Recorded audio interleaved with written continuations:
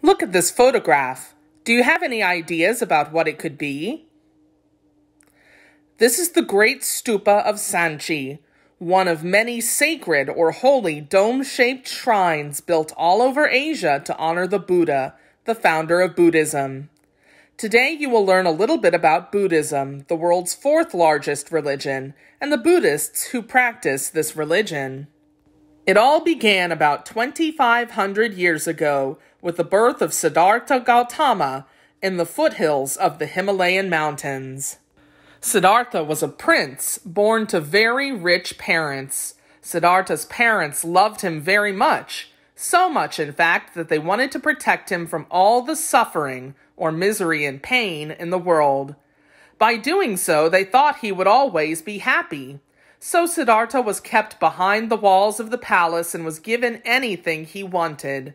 Fine food, beautiful clothes, wonderful toys, and plenty of servants.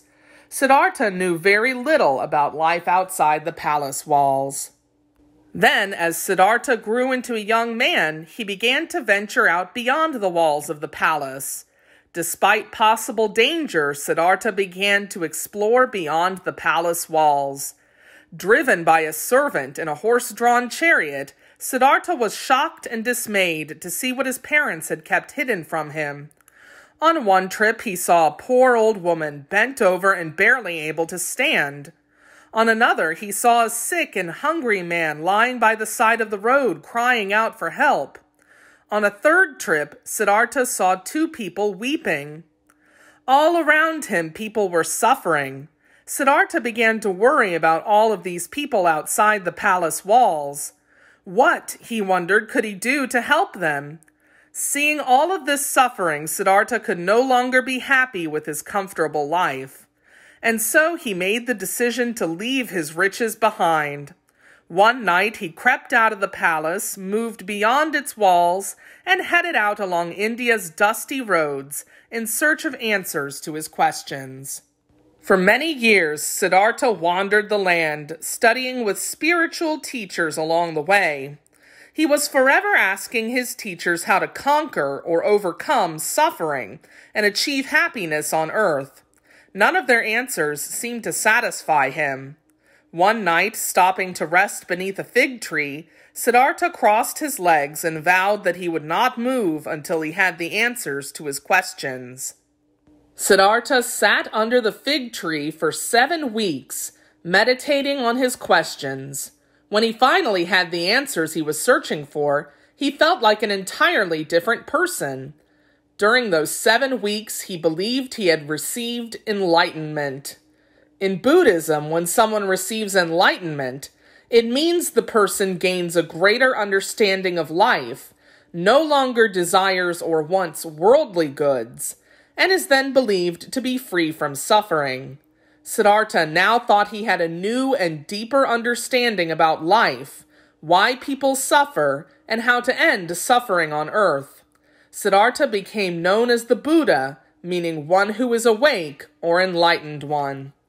What do you suppose Siddhartha, the Buddha, learned during those 7 weeks? The Buddha learned several lessons, and from his lessons became known the 4 Noble Truths. These 4 truths are: all people experience suffering and unhappiness. Suffering and unhappiness come from greed or desiring or wanting too many worldly things. Suffering and unhappiness end when unrealistic desires end.